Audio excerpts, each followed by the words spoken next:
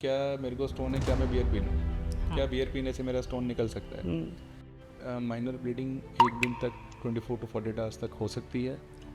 कुछ stunt related discomfort जैसे कि हल्का फुल्का पे, ये भी 24 to 48 आवर्स तक रह सकता है। देखिए, मेडिकल फील्ड में ऐसा कोई प्रोसीजर नहीं है जिससे कोई साइड इफेक्ट ना हो। प्रेगनेंसी में क्या RIRS का इस्तेमाल किया जा सकता है? यूजुअली जो सेफ पीरियड होता है प्रेगनेंसी में, जो सेकेंड ट्राइमेस्टर होता है,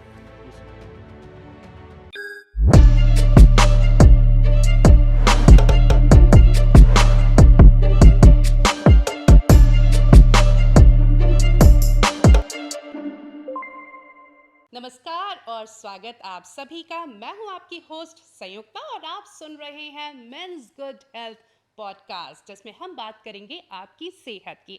हम जानेंगे इलाज के नए तकनीकों के बारे में और मेडिकल के क्षेत्र में हो रही तरक्की के बारे में। खास तौर पर आज इस एपिसोड में हम बात करेंगे कि किडनी स्टोन का बिना बड़ी सर्जरी के क्या इलाज संभव है। हम बात करेंगे RIRS यानी रेट्रोग्रेड इंट्रारीनल सर्जरी की, जिसे अब भारत में तेजी से अपनाया जा रहा है। तो अगर आप या आपका कोई करीबी किडनी स्टोन से परेशान है और ट्रीटमेंट के ऑप्शंस तलाश रहा है, तो ये एपिसोड आपके लिए है। आज इस एपिसोड के जरिए हम जानेंगे कि RIRS क्या है, कैसे काम करता है, लोगों की पहली पसंद ही क्यों बनता जा रहा है, भारत में कौन कौन से हॉस्पिटल है जो ये सुविधा दे रहे हैं, कॉस्ट कितनी आती है और साथ ही साथ रिकवरी में कितना वक्त लगता है। तो आइए शुरू करते हैं। RIRS पर ज्यादा जानकारी के लिए हमारे साथ जुड़ गए हैं भोपाल के जाने माने यूरोलॉजिस्ट डॉक्टर सौरभ जैन। आप गांधी मेडिकल कॉलेज में यूरोलॉजी के प्रोफेसर हैं। Doctor Jain, men's good health podcast में आपका बहुत बहुत स्वागत है। Thank you so much and good morning. Doctor, हम RIRS पर तो बातचीत करेंगे ही, वो हमारा मेन टॉपिक है, लेकिन उससे पहले थोड़ी गुफ्तगू आपसे भी करना चाहेंगे। हम जानना चाहेंगे कि डॉक्टर बनने की प्रेरणा आपको कैसे मिली एंड यूरोलॉजी ही आपने एज अ स्पेशलाइजेशन क्यों ऑप्ट किया? See, my decision to be a doctor was a very random decision. वो सिर्फ मेरे को ये था कि मेरे को साइंस पसंद थी लेकिन मैथ्स पसंद नहीं था, so I took biology and the best option in biology was to go for medical. So I accidentally became a doctor. But when I did my specialization in general surgery, then I realized that amongst all the super specialties, urology is one of the most unique branches जो एक offer करता है a combination of newer technology like RIRS, PCNL, robotic surgeries, right. combination of reconstructive surgeries, जिसको operate भी नहीं करना उसके लिए OPD बेस्ड प्रैक्टिस है फीमेल यूरोलॉजी की। So it's a mix and match of everything and you have to choose what you want from urology. Right, तो काफ़ी चैलेंजिंग भी है और साथ ही साथ टेक्निकली अगर हम देखें तो वो काफ़ी उसमें अपग्रेडेशंस होते रहते हैं। ऐसे as a doctor I know काफ़ी बिजी आपका स्केड्यूल रहता होगा, लेकिन थोड़ा बहुत वक्त जब मिलता होगा तो क्या करना पसंद करते हैं? अपनी हॉबीज़ के बारे में बताइए डॉक्टर जैन। और साथ ही साथ चूँकि आपने कहा ना कि टेक्नोलॉजिकल एडवांसमेंट्स बहुत हो रहे हैं, तो टेक्नोलॉजी में आपको इंटरेस्ट है? See, as of now, I don't have a very particular hobby, but yes, I keep changing my interest and I interested in learning new things. जैसे कि swimming हो गया, marathon हो गया. Right now, I am working on learning new things about data science. So one of my colleague who has done his medical graduation and he is now working in from a premier institute. He is doing something in artificial intelligence and data science. So is in regular touch with me कि हम इसको technology को आगे medical field में कैसे use कर सकते हैं एंड कुछ एल्गोरिदम वगैरह हम यूरोलॉजी के लिए बना सकते हैं for diagnosis and all. So currently I am working on that. Wonderful, बहुत अच्छा लगा आपके ये अनुभव सुनकर डॉक्टर जैन। और RIRS जिस पर आज हम बात करना जा रहे हैं, तो अब उस पर हम बातचीत के सिलसिले को शुरू करते हैं। सबसे पहले हम आपसे यही जानना चाहेंगे, RIRS ये क्या है? और किडनी स्टोन क्योंकि एक बहुत कॉमन प्रॉब्लम है, बहुत से पेशेंट्स हमको आमतौर पर मिलते रहते हैं, लेकिन उसके जितने इलाज हैं इस वक्त उपलब्ध, उसमें से RIRS किस तरह से अलग है? सी RIRS अगर हम इसको देखेंगे, the terminology stands for retrograde intrarenal surgery. मतलब पहले जो अगर हम टेक्नोलॉजी इसके एवोल्यूशन पे आएंगे तो स्टोन की सर्जरी पहले ओपन सर्जरी होती थी, फिर उसके बाद there was something called as PCNL जिसमें हम किडनी के थ्रू छेद बना के, स्किन के थ्रू छेद बना के जाते थे। तो ये माना गया कि ये एंटीग्रेड है, ये सही रास्ता है, सीधा रास्ता है। फिर जब हम यूरिन के पैसेज के थ्रू एक फ्लेक्सिबल स्कोप ले जाके किडनी के अंदर ऑपरेट करते हैं तो उसको माना गया कि ये उल्टे रास्ते से जा रहे हैं, हम रेट्रोग्रेड तरीके से जा रहे हैं। पर इंट्रारीनल मतलब किडनी के अंदर जाके हम यूरिन के पैसेज के थ्रू हम किडनी में जाके अगर हम स्टोन को लेज़र के थ्रू ऑपरेट कर रहे हैं then that technique is called as RERS। Okay, थोड़े आसान शब्दों में हम सब के लिए, हमारे व्यूअर्स के लिए अगर आप बता सके कि RIRS की जो प्रक्रिया आपने बताई उसको थोड़ा अगर एलाबोरेट आप कर सके।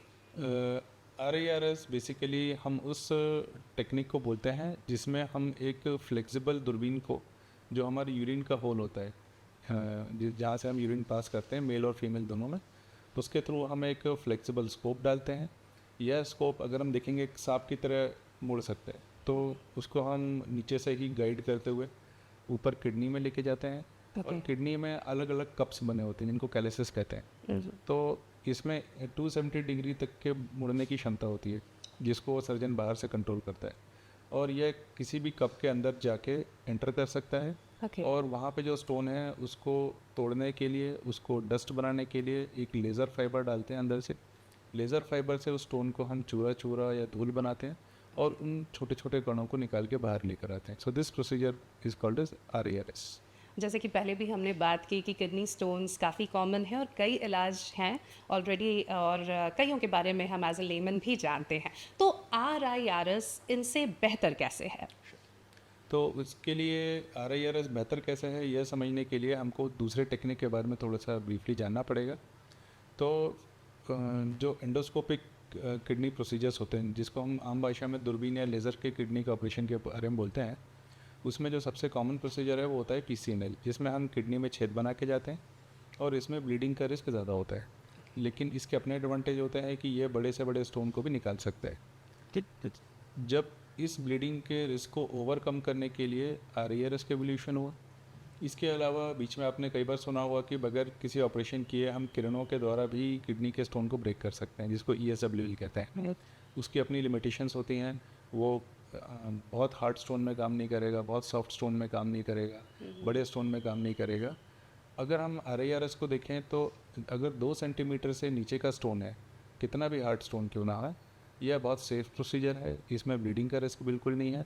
अगर बड़ा स्टोन है तो हो सकता है हमको मल्टीपल अटेम्प्ट्स उसको देने पड़े, अदरवाइज़ दूसरी टेक्निक से ये काफ़ी सेफ प्रोसीजर है और उससे ब्लीडिंग और कॉम्प्लिकेशन का रिस्क काफ़ी कम है। बिल्कुल, आम तौर पे पहले जब सर्जरी की बात होती थी तो लगता था बहुत बड़ी कोई चीड़-फाड़ होने वाली है, आम लोग यही कहते थे और काफ़ी डरते भी थे। लेकिन अब जिस तरह से टेक्निकल एडवांसमेंट मेडिकल फील्ड में हो रहे हैं, तो सुनकर काफ़ी राहत मिलती है कि चलो अब बहुत अच्छे-अच्छे इलाज उपलब्ध हैं और कई जगहों पर ये इलाज संभव भी है। तो इसमें डॉक्टर, क्योंकि आपने साइज़ का ज़िक्र किया और अपने टाइप ऑफ स्टोन का ज़िक्र किया, तो RIRS की अगर हम बात करें तो कौन सा साइज़ और कितने साइज़ तक का स्टोन और किस तरह के किडनी स्टोन्स का इलाज जो है इसमें अच्छे से हो जाता है?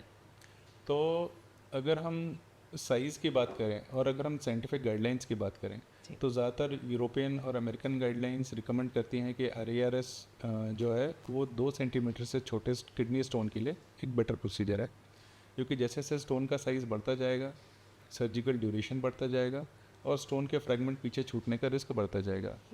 But it again depends on कि सर्जन का एक्सपीरियंस कितना है, एक्सपर्टाइज कितना है।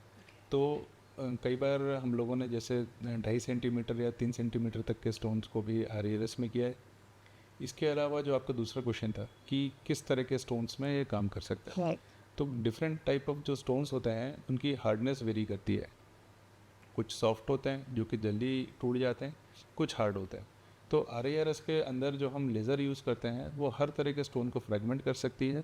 स्टोन की हार्डनेस से केवल सर्जिकल ड्यूरेशन बढ़ जाता है कि अगर स्टोन ज़्यादा हार्ड है तो it will take more time to fragment और उसको प्रोसीजर का टाइम हो सकता है कि हमारा बढ़ जाए, या अगर ज़्यादा बढ़ रहा है तो हो सकता है कि हमको उसको 2 बार में करना पड़े कि आधा भी किया आधा बाद में किया। Otherwise RIRS is suitable for all kind of stones, it is suitable of all sizes of stones. अगर बड़ा स्टोन है तो हो सकता है उसमें मल्टीपल सेटिंग लगे। राइट। हम जैसे कि बार बार ये बोल रहे हैं कि किसी भी एज ग्रुप में ये हो सकता है, कई लोगों को होता है, बहुत आम एक प्रॉब्लम है किडनी स्टोन की। तो ऐसे में ये भी हम जानना चाहेंगे कि बच्चे हो या बुज़ुर्ग, क्या इनमें भी RIRS टेक्निक जो है ये सक्सेसफुल है? यस बिल्कुल। RIRS अगर देखा जाए तो पीडियाट्रिक एज यानी कि छोटे बच्चों से लेकर किसी भी एल्डरली एज ग्रुप में एक सेफ प्रोसीजर है। अगर मैं अपने एक्सपीरियंस की बात करूं तो जो सबसे एल्डरली मैंने किया है वो करीब 94 ईयर्स के मेल हैं जिनका मैंने RIRS किया है, और पीडियाट्रिक एज ग्रुप में देखूं तो 10 साल का बच्चा है जिसका मैंने RIRS किया है। बट मेरे कई कलीग्स हैं, सीनियर कलीग्स हैं, जिन्होंने 6 महीने से लेकर 1 साल तक के बच्चों में भी RIRS किया है। तो बच्चों में सिर्फ एक ही प्रॉब्लम आती है कि उनके जो यूरेटर होता है, जो पेशाब की नली होती है, उसका साइज़ छोटा होता है। तो ऐसे छोटे यूरेटर के लिए हो सकता है कि हमको पहले कुछ दिनों के लिए स्टेंट छोड़ना पड़े या फिर पतले स्कोप्स को यूज़ करना पड़े। That's it. अदरवाइज बच्चों में भी यह सेफ प्रोसीजर है। बिल्कुल, बच्चों और बुजुर्गों के लिए तो काफ़ी सेफ प्रोसीजर है। प्रेगनेंसी में क्या RIRS का इस्तेमाल किया जा सकता है? जी हाँ, बिल्कुल। प्रेगनेंसी में भी RIRS का अगर हम साइंटिफिक लिटरेचर को देखेंगे तो RIRS रिकमेंडेड भी है। अगर हम यूजुअली जो सेफ पीरियड होता है प्रेगनेंसी में, जो सेकेंड ट्राइमेस्टर होता है, उसमें RIRS करा सकते हैं थोड़े से मॉडिफिकेशन के साथ कि हमको उस समय RIRS करते समय एक्सरेज का यूज़ नहीं करना है। अदरवाइज स्टोन के लिए जो दूसरे प्रोसीजर्स हैं जैसे कि PCNL या ESWA, वो प्रेगनेंसी में सेफ़ नहीं माने गए हैं। तो अगर हम तीनों को कंपेयर करें तो RIRS डेफिनेटली इन दोनों प्रोसीजर से सेफ़ है। हालांकि अगर हो सके तो प्रेगनेंसी में कोई भी प्रोसीजर अवॉइड करना चाहिए। राइट। डॉक्टर, ये भी हम जानना चाहेंगे, कई बार ऐसा होता है कि सर्जरी संभव नहीं है पेशेंट पर, इस तरह के भी पेशेंट आते हैं। तो RIRS के अलावा अगर हम बात करें तो क्या कोई प्रोसीजर है जो संभव है किडनी स्टोन्स के मामले में? सी दैट डिपेंड्स कि अगर हम सर्जरी संभव नहीं है, मतलब क्या ये टेम्प्रेरी फेज़ ऐसा है पेशेंट का, मान लीजिए कोई कार्डियक सर्जरी हुई है या कुछ ड्यूरेशन के लिए वो फिट नहीं है और कुछ ड्यूरेशन के बाद वो फिट हो सकता है। ऐसे केसेस में हम एक किडनी में स्टेंट डाल के छोड़ देते हैं, और जब पेशेंट दोबारा फिट हो जाता है सर्जरी के लिए तो फिर then we can go for RIRS। लेकिन अगर पेशेंट परमानेंटली फिट ही नहीं है for whatever reason, medical reason, financial reason या किसी भी कारण से वो किसी भी प्रोसीजर के लिए फिट नहीं है, तो उस केस में या तो हम उसको लॉन्ग स्टैंडिंग स्टेंट डाल के छोड़ सकते हैं और उसको साल 2 साल में चेंज करते रहें, या फिर हमारे पास ESWL एक टेक्निक होती है जिसमें हम बगैर कोई एनेस्थीसिया दिए स्टोन को बाहर से किरणों के माध्यम से फोड़ सकते, साउंड वेव के माध्यम से फोड़ सकते हैं। राइट। ये एक बहुत आम डर लोगों के मन में रहता है कि सर्जरी कर रहे हैं या किसी प्रोसीजर के लिए जा रहे हैं तो कितना वक्त लगेगा, तो RIRS में कितना वक्त लगता है? सी कितना वक्त लगेगा ये बहुत ही एक ब्रॉड क्वेश्चन है, बट इन जनरल अगर हम बात करें कि 1 सेंटीमीटर से 1.5 सेंटीमीटर के बीच का अगर सॉफ्ट स्टोन है तो यूजुअली 30 मिनट टू 40 मिनट्स के आसपास हो जाता है। बड़ा स्टोन होता है तो कोशिश करते हैं कि 1.5 घंटे के अंदर ही हम सर्जिकल टाइम को लिमिट करें। 1.5 घंटे से ऊपर अगर एक्सीड करता है तो कोशिश करते हैं कि उसको 2 पार्ट में करें। ये पेशेंट की सेफ्टी और सर्जिकल आउटकम के लिए बेटर होता है। राइट। अच्छा, लोगों को ये भी एक दिक्कत होती है, वो ये सवाल कई बार पूछते हैं, आपसे भी पूछते होंगे कि कोई बाहरी निशान या कोई स्किन कट तो नहीं होगा? RIRS की USP ही यही है कि इसमें कोई कट, निशान, छेद वगैरह नहीं होता। ये जैसा मैंने आपको शुरू में बताया था, ये पीनस होल के थ्रू हम इसको डालते हैं या फीमेल्स में पेशाब की नली के थ्रू हम डालते हैं, और इसको स्कोप को हम वहीं से ही किडनी तक लेके जाते हैं और स्टोन को लेजर से डस्ट करते हैं। तो इस तरह कोई निशान नहीं है। बिल्कुल। किसी भी थेरेपी या प्रोसीजर की जब हम बात करते हैं तो मन में एक और सवाल ये आता है कि इसके कोई साइड इफ़ेक्ट्स तो नहीं है, किसी तरह का खतरा तो नहीं है। RIRS से जुड़ा हुआ कोई साइड इफ़ेक्ट डॉक्टर? देखिए, मेडिकल फील्ड में ऐसा कोई प्रोसीजर नहीं है जिससे कोई साइड इफ़ेक्ट ना हो। इवन अगर हम टैबलेट भी लेते हैं, इंजेक्शन भी लगवाते हैं, तो उनके कुछ इनहेरेंट साइड इफ़ेक्ट्स होते हैं। अगर हम RIRS प्रोसीजर के पर्टिकुलर प्रोसीजर की बात करें तो इसका जो सबसे ड्रेडेड कॉम्प्लिकेशन है वो होता है इन्फेक्शन, क्योंकि हम किडनी जैसी एक क्लोज चेम्बर के अंदर एक हाई प्रेशर बना के उसको ऑपरेट करते हैं। अगर पहले से ही अंदर कोई इन्फेक्शन या बैक्टीरिया मौजूद है तो उसका ब्लड स्ट्रीम में जाने का ख़तरा और सडन एंड सीवियर इन्फेक्शन होने का रिस्क होता है। पेशेंट कई बार शॉक में भी जा सकता है और पेशेंट कई बार ICU में भी जा सकता है। इस कंडीशन को अवॉइड करने के लिए प्रॉपर प्रिकॉशंस लेते हैं, पेशेंट का कल्चर कराते हैं, एंटीबायोटिक देते हैं। हालांकि इंसिडेंस बहुत कम है। अगर हम स्टैटिस्टिकली देखेंगे तो ये मान के चलिए ऐसा इंसिडेंस 1000 में 1 को या 1000 में 10 को हो सकता है। लेकिन बट स्टिल सारे प्रिकॉशंस लेने चाहिए। इसके अलावा माइनर ब्लीडिंग एक दिन तक 24 to 48 आवर्स तक हो सकती है। कुछ स्टंट रिलेटेड डिस्कम्फर्ट जैसे कि हल्का फुल्का पेन, ये भी 24 to 48 आवर्स तक रह सकता है। यूजुअली ज़्यादातर पेशेंट्स 48 आवर्स के अंदर रिकवर कर जाते हैं।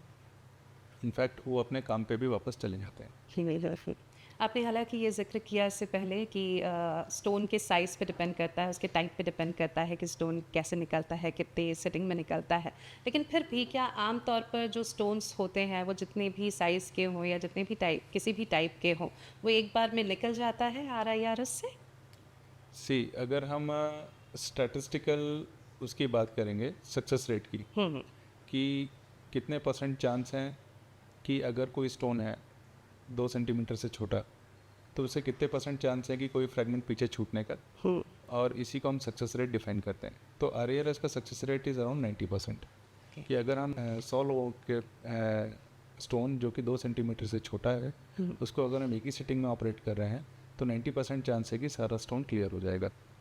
10% लोग ऐसे होते हैं जिनका कोई फ्रेगमेंट पीछे छूट जाता है, या फिर हो सकता है कि सर्जिकल टाइम ज़्यादा बढ़ने की वजह से पीछे छोड़ के आना पड़ता है। और इस प्रोसीजर के बाद हम एक स्टेंट डाल के छोड़ते हैं किडनी के अंदर। तो जब वो स्टेंट निकालने जाते हैं तो उसी समय दोबारा स्कोप डाल के देख लेते हैं कि कहीं कोई फ्रेगमेंट तो नहीं है, और अगर कोई फ्रेगमेंट छूटता है तो उसको उसी समय क्लियर कर देता है। तो अगर आप देखेंगे प्रैक्टिकली 1 या 2 सिटिंग के अंदर स्टोन क्लियरेंस रेट 100% है। राइट। पेशेंट्स ये भी हमेशा जानना चाहते हैं जब भी किसी प्रोसीजर के लिए जाते हैं कि रिकवरी में कितना वक्त लगेगा, अपने नॉर्मल रूटीन में हम कब पहुंच पाएंगे? देन इट डिपेंड्स कि आपका नॉर्मल रूटीन क्या है। ओके। तो अगर हम इन जनरल बात करें तो RIRS का हॉस्पिटल स्टे जो होता है वो 1 दिन का होता है। आज अगर पेशेंट को ऑपरेट किया तो कल वो डिस्चार्ज हो सकता है। 1 या 2 दिन का बेड रेस्ट एडवाइस करते हैं, और उसके बाद जो अपना सीडेंटरी वर्क होता है वो अपना रिज्यूम कर सकता है। हैवी एक्टिविटी, किसी भी तरह की हैवी एक्टिविटी उसको मना करते हैं जब तक स्टेंट ना निकल जाए। स्टेंट नॉर्मली 10 से 14 दिन के अंदर या 15 दिन के अंदर निकाल देते हैं। एक बार स्टेंट निकल गया, पेशेंट को कोई तकलीफ़ नहीं है, फिर वो अपनी सारी एक्टिविटी रिज्यूम कर सकता है। तो अगर सीडेंटरी वर्क के लिए 2 से 3 दिन का रेस्ट, हैवी वर्क के लिए 10 से 15 दिन का रेस्ट। राइट। तो अगर बहुत ही भागदौड़ भरी ज़िंदगी है तो थोड़ा वक्त ज़्यादा लगेगा डेफिनेटली। अच्छा, ये भी आपसे जानना चाहेंगे डॉक्टर कि इलाज के बाद क्या पेन किलर्स या एंटीबायोटिक्स इनका भी डोज चलता है? बिल्कुल। नॉर्मली RIRS के बाद जो एंटीबायोटिक्स दिए जाते हैं वो 3 से 5 दिन के एंटीबायोटिक दिए जाते हैं, वो भी ओरल एंटीबायोटिक्स होते हैं, मुंह से खाने वाले। और जो पेन किलर्स होते हैं वो नॉर्मली रूटीनली रिकमेंड नहीं करते हैं। अगर पेशेंट को डिस्कम्फर्ट है, पेन है, तो रिकमेंड करते हैं, अदरवाइज रूटीनली ज़रूरत नहीं पड़ती है पेशेंट। राइट। जब भी कोई प्रोसीजर होता है तो एक डॉक्टर जो है हमेशा अपने पेशेंट्स को समझाते हैं कि इसके बाद क्या करना है और ख़ास तौर पे क्या नहीं करना है। तो RIRS के बाद क्या समझाइश आप अपने पेशेंट्स को देते हैं? As of particularly RIRS procedure के बाद ऐसे कोई प्रिकॉशंस नहीं है जिसको पेशेंट को फॉलो करना है।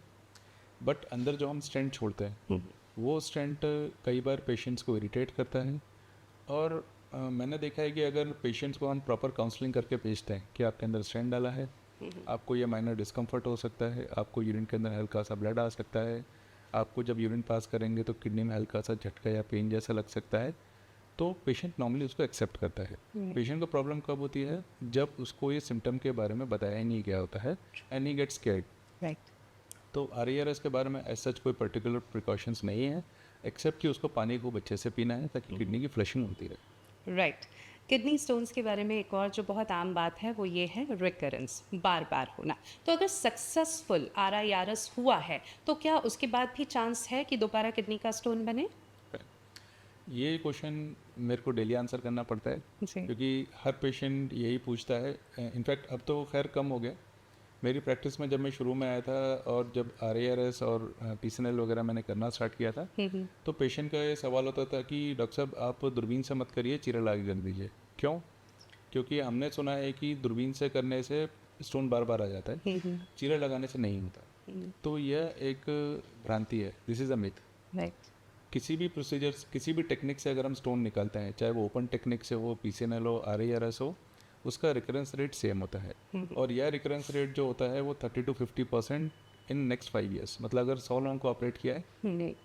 किसी भी टेक्निक से, तो उनमें से 30 से 50 लोगों को यह स्टोन 5 साल के अंदर दोबारा लौट के आ सकता है। ओके। अब इसके वेरियस फैक्टर्स होते हैं, कुछ डाइटरी फैक्टर्स होते हैं, कुछ एनाटॉमिकल फैक्टर्स होते हैं कि किडनी की संरचना में ही, एनाटॉमी में ही ऐसी कोई दिक्कत है जिससे कारण स्टोन बार बार बन रहे हैं। कोई पेशेंट्स को पर्टिकुलरली कुछ ऐसी बीमारी होती है जैसे कि अल्सरेटिव कोलाइटिस, क्रॉन्स डिसीज़ है, कोई सर्जरी करा ली है जिससे कारण स्टोन बार बार बनने की टेंडेंसी होती है।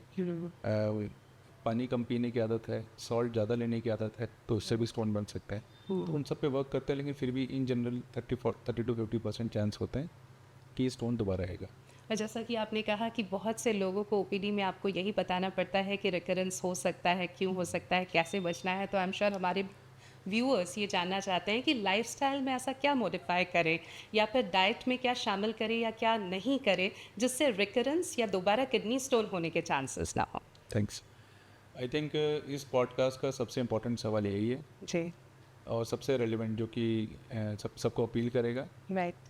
तो first and foremost the most important dietary recommendation is to increase your fluid intake. अब अक्सर पेशेंट का सवाल होता है कि पानी कितना पिए। कई इतना पीने लगते हैं कि 6-6 लीटर पानी पीने लगते हैं कि दिन भर वॉशरूम जाते हैं। और कई इतना कम पीते हैं कि उनको समझ ही नहीं आता कि पानी एग्जैक्टली कितना पीना है। तो अगर हम देखेंगे कि इन जनरल जो मोटा मोटा गाइडलाइन है वो ये है कि 2.5 से 3 लीटर आप पानी पीजिए। पर्पज़ इतना है कि यूरिन कॉन्सेंट्रेट नहीं होनी चाहिए, कि कॉन्सेंट्रेट यूरिन रहेगी तो उसके अंदर जो हमारे मिनरल्स हैं वो प्रेसिपिटेट होंगे और उनसे क्रिस्टल्स बनेंगे और वो स्टोन बनाते हैं फर्दर। तो अगर यूरिन आपकी साफ़ आ रही है दैट मीन्स उतना पानी आपके लिए सफिशेंट है। Second and most important thing is कि इंडिया में 90% 95% स्टोन कैल्शियम ऑक्सलेट होता है और कैल्शियम का स्टोन बनता है सॉल्ट ज़्यादा खाने से, नमक ज़्यादा खाने से, सोडियम ज़्यादा खाने से। क्योंकि सोडियम हम जितना लेंगे बॉडी उसके एक्सचेंज में कैल्शियम रिलीज़ करेगी और सॉल्ट जो हम खाते हैं हमारी डाइट में वो इनडायरेक्ट वे में खाते हैं, जैसे कि चिप्स, अचार, पापड़, नमकीन, फ्रेंच फ्राइज़। तो अगर आप हाई सॉल्ट इंटेक ले रहे हैं तो आपको स्टोन बनने की टेंडेंसी बढ़ जाती है। इसके अलावा जो दूसरी गाइडलाइंस हैं, जैसे कि कई पेशेंट्स का सवाल होता है क्या हम बीज वाली सब्ज़ी खा सकते हैं। तो आप खा सब कुछ सकते हैं लेकिन मॉडरेशन में, कि बहुत एक्सेसिव नहीं खाना है, क्योंकि हमारे डाइट में इतनी ऑक्सीलेट कंटेनिंग फूड्स होते नहीं हैं। अगर आप चाय पी रहे हैं तो चाय को बेटर है कॉफ़ी से रिप्लेस कर दीजिए, क्योंकि चाय हाई ऑक्सीलेट कंटेनिंग फूड माना गया है। इसके अलावा अगर गर्मियों में ऐसे चीज़ें लेनी है जो हमारी यूरिन के अंदर सिट्रिक एसिड के कंपोनेंट को बढ़ा दें, जैसे कि नींबू पानी, शिकंजी, मौसमी, संतरे का रस। तो अगर आप इन जनरल डाइटरी एडवाइस को फॉलो कर रहे हैं तो चांसेस हैं कि आपके स्टोन बनने की टेंडेंसी कम हो जाए। ओके। तो इन बातों का अगर हम ध्यान रखेंगे तो किडनी का स्टोन दोबारा नहीं होगा, और अगर होता है तो हम जानते हैं अब की ढेर सारी प्रोसीजर्स, टेक्निक्स सब मौजूद हैं, तो इसके लिए जाना होगा एक अच्छे यूरोलॉजिस्ट के पास। कुछ मिथ्स एंड मिसकंसेप्शंस के बारे में इस पॉडकास्ट के दौरान आपने बताया डॉक्टर जैन। इसके अलावा RIR से जुड़े हुए कोई मिथ, मिसकंसेप्शंस जिनका सामना आपको करना पड़ता है, पेशेंट्स बोलते हैं आपको?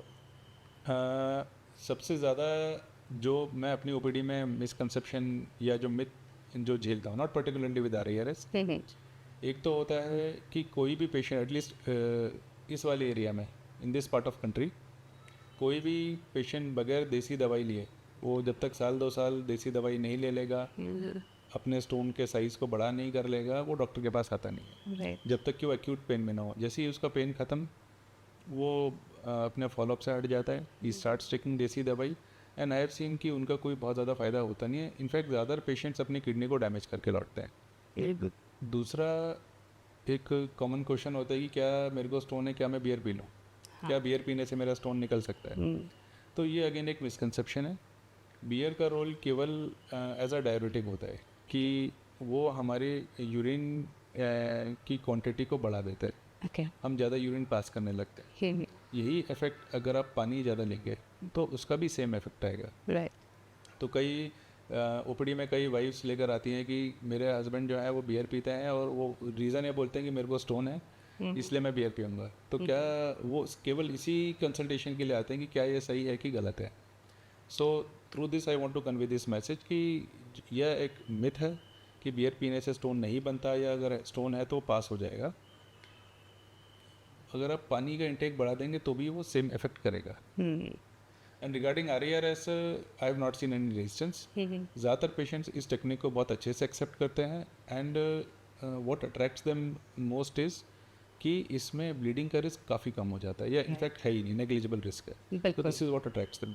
किडनी स्टोन एक बहुत आम समस्या है, कई लोगों को इससे दो चार होना पड़ता है। तो ऐसे में सबसे बड़ा एक सवाल होता है कि पता कैसे चले कि किडनी स्टोन है, उनके लक्षण, सिम्टम्स पर कुछ बताइए।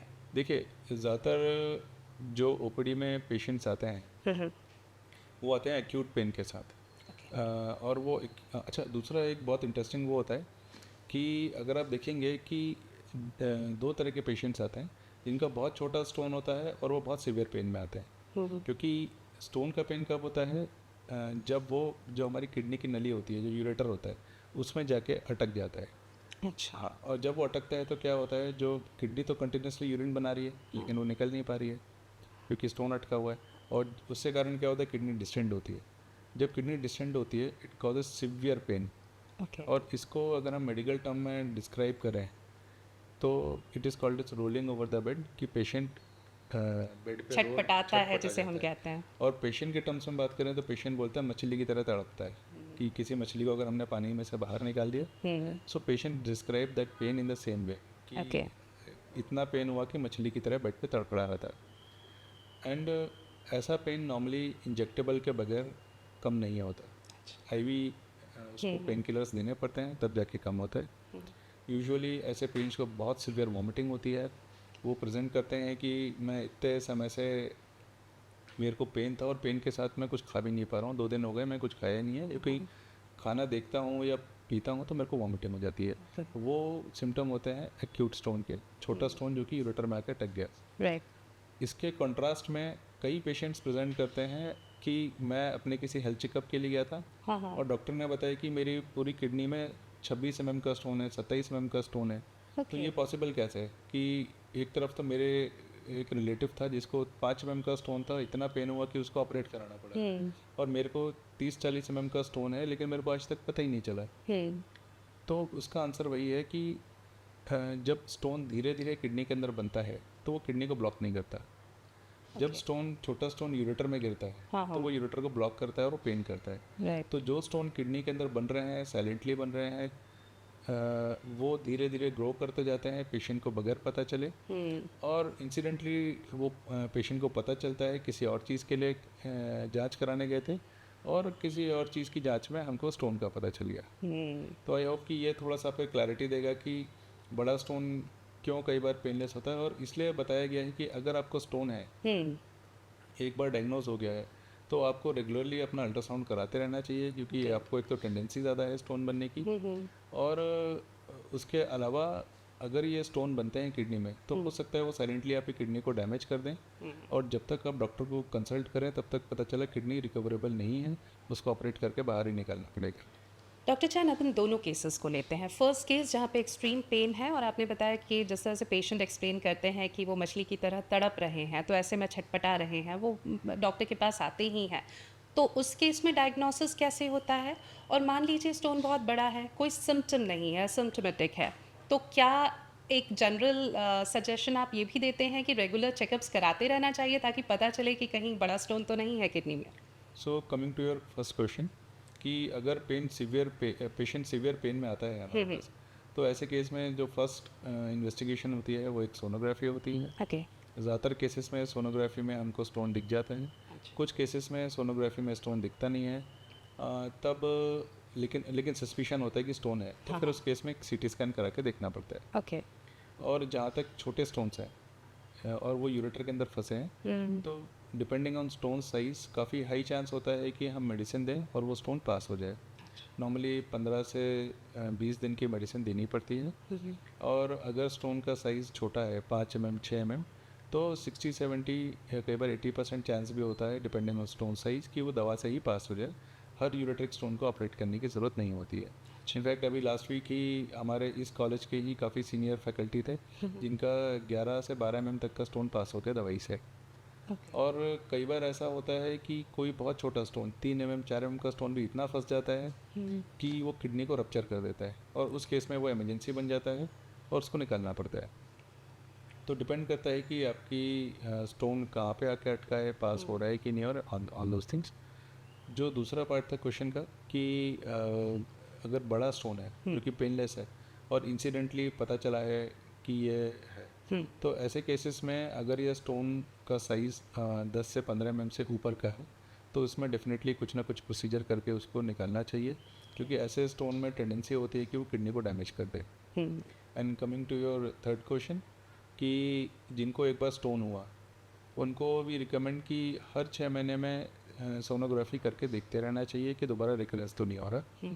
दोबारा अगर रिकरेंस होता है तो डिपेंडिंग ऑन स्टोन साइज़ कि कितना साइज़ है, लोकेशन है, हम कुछ ट्रीटमेंट दे सकते हैं ताकि वो स्टोन अर्ली डिटेक्ट हो जाए या अर्ली उसको ट्रीटमेंट मिल जाए। राइट।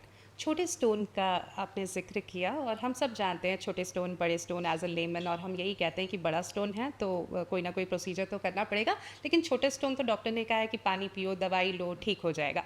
लेकिन कई बार हम वापस डॉक्टर के पास नहीं जाते ये डायग्नोस कराने कि वो स्टोन अब है या फ्लश आउट हो गया है। हम पानी पीते रहते हैं महीनों तक, हम दवाई लेते रहते हैं। ऐसे कई पेशेंट आपके पास भी आते होंगे बिल्कुल। डॉक्टर? कई पेशेंट्स आते हैं कि रूटीन हेल्थ चेकअप कराएं, किडनी के अंदर 4-4 5-5 mm के स्टोन्स रिपोर्ट किए हैं अल्ट्रासाउंड में, तो इसके लिए मुझे कुछ ट्रीटमेंट लिख दीजिए।